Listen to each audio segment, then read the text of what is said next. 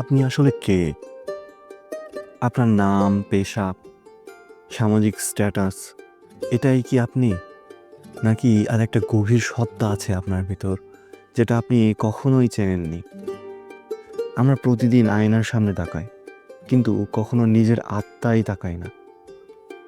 আজ আমি আপনাকে এমন এক যাত্রায় নিয়ে যাব, যেখানে আপনি নিজের প্রকৃত সত্তাকে দেখতে শুরু করবেন। আপনি হয়তো কাউকে খুশি রাখতে নিজের ইচ্ছাকে মেরে ফেলেন। প্রতিদিন মানুষকে দেখানোর জন্য নিজের সৌন্দর্য, স্মার্টনেস, মার্জিত রূপটাই সবাইকে দেখান। কিন্তু রাত হলে নিজের সেই সৌন্দর্য নিয়েই আপনি সংশয়ে ভোগেন। দার্শনিক এরিক ফ্রম বলেছিলেন, we are what we pretend to be, so we must be careful about what we pretend to be. অর্থাৎ আমরা যে মুখোশ ধরে থাকি, ধীরে ধীরে আমরা সেই মুখোশেই পরিণত হই। তাই নিজেকে নিজেরই চিনতে হবে, প্রকৃত জ্ঞান অর্জন করতে হবে। আলী রাদিয়াল্লাহু আনহু বলেছিলেন, যে ব্যক্তি নিজেকে চেনে সে তার রবকে চেনে। নিজের আসল সত্তা চিনতে পারলে আপনি বুঝবেন আপনি কার সৃষ্টি, আপনার উদ্দেশ্য কী। এ বিষয়ে আল্লাহ তাআলা সূরা জাজিয়াতের 21তম আয়াতে বলেন, ওয়াফি আনফুসিকুম আফালা তুবসিরুন। আর তোমাদের নিজের মধ্যেই তো নিদর্শন রয়েছে, তোমরা কি দেখো না? এখানে নিজেকে জানা মানে শুধু নিজের ইচ্ছে খোঁজা না, বরং নিজের নফস, দুর্বলতা, শক্তি, দায়িত্ব সব কিছুকে বোঝা। তখনই আপনি বুঝবেন আল্লাহ আপনাকে যে গুণ দিয়েছেন সেটা দিয়ে আপনি কি করবেন আর আপনি কি করতে পারবেন।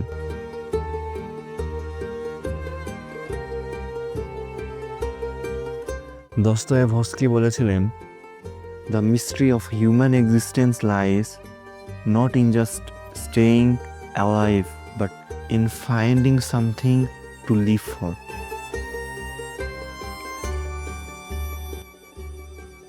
একজন মানুষ যে তার বাবা মা এবং সমাজের পরিস্থিতির চাপে এমন একটা বিষয় নিজের জীবনের লক্ষ্য হিসেবে নিলেন যেটা সে নিজেও পছন্দ করে না, সঙ্গীত শিল্প। প্রথমে সবাই তার সিদ্ধান্তে তাড়ি দিল, কিন্তু বছর কয়েক পর তার নিজের ভিতরে শূন্যতা গ্রাস করে বসে, যতক্ষণ না সে তার নিজের ইচ্ছা এবং আসল উদ্দেশ্য খুঁজে না পেল। তার কাছে সবসময়ই মনে হতো পাহাড় তাকে টানে, একদিন সে পাহাড়ে উঠবে। করলেও সেটা। সব কিছু ছেড়ে ছুড়ে সে মাউন্টেন ক্লাইম্বিংয়ে চলে গেল।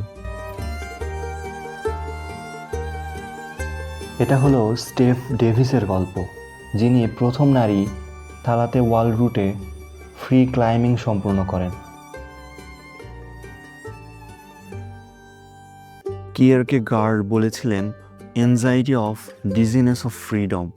যখন আপনি বুঝবেন আপনি নিজের অর্থ তৈরি করতে পারবেন, তখনও ভয় আসবে, কিন্তু ভয় মানে ভুল না, এটা হলো সত্যিকারের জীবনের শুরু। সক্রেটিস বলেছিলেন, নো দেমসেলফ। গ্রিক মন্দিরের দেয়ালে এটা খোদাই করে লেখা ছিল। মানুষের মৌলিক কাজ এটা। রুমি তো বলে, তুমি নিজেকে ছোট্ট একটা কোণা ভাবো, অথচ তোমার ভিতরেই রয়েছে মহাবিশ্ব। অথেন্টিসিটি বা অথেন্টিক লিভিং, যেখানে সমাজের শিরোপার চেয়ে ভেতরের ডাককে গুরুত্ব দেওয়া হয়। তো কিভাবে করবেন এটা? সবার জন্যই তো সময় বরাদ্দ রাখেন, নিজের জন্যও কি রাখেন? নিজেকে সময় দিন, অন্তত 10 মিনিট হলেও সব কিছু ছেড়ে একা হয়ে একান্তভাবে নিজের সাথে সময় কাটান। নিজের ভেতরের কণ্ঠকে শুনুন। নিজেকে প্রশ্ন করুন, আমি আসলে কি চাই, আর আমার এই চাওয়ার পথে বাধাগুলোই বা কী কী? কোন কোন বিষয়ে আমার দুর্বলতা কাজ করে? কার জন্য বাঁচতেছি আমি? আমার আসল উদ্দেশ্য কী? দেখবেন আপনি নিজেই নিজের উত্তর পেয়ে যাচ্ছেন। আর যদি আপনি না পান, তাহলে আপনার আত্মসিদ্ধির প্রয়োজন, জ্ঞানের মাধ্যমে। বেশি বেশি কোরআন, হাদিস, ভালো বই বা দর্শন পড়তে পারেন। এতে নিজের জীবনের উৎস এবং লক্ষ্য দুটোই খুঁজে পাবেন। ধর্মমুখী জীবনযাপন শুরু করুন।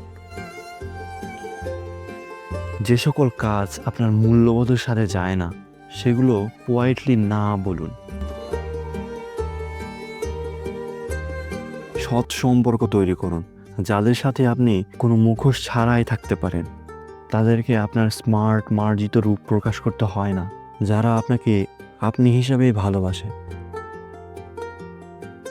তাদের সাথে নিজের সম্পর্কের সময় বাড়ান। যখন আপনি নিজের আসল সত্তা খুঁজে পাবেন, তখন কাজগুলো হয়ে যাবে ইবাদতের অংশ। কারণ তখন আপনি শুধু নিজের জন্য না, বরং স্রষ্টার পরিকল্পনার অংশ হিসাবে বাঁচবেন। রুমি বলেছিলেন, যা ভালোবাসো তার সৌন্দর্য হতে দাও তোমার কাজ। এটাই হলো অথেন্টিসিটির সর্বোচ্চ স্তর। আজ থেকে আপনি আয়নায় শুধু মুখ দেখবেন না, দেখবেন আত্মা। নিজের ভেতরের যে ব্যক্তিসত্তা এতদিন ঘুমিয়েছিল তাকে জাগিয়ে তুলুন। এটাই আপনার স্বাধীনতা, এটাই আপনার শান্তি। নিজেকে চিনুন, আপনার রবকে চিনুন। এটাই প্রকৃত জীবনের শুরু।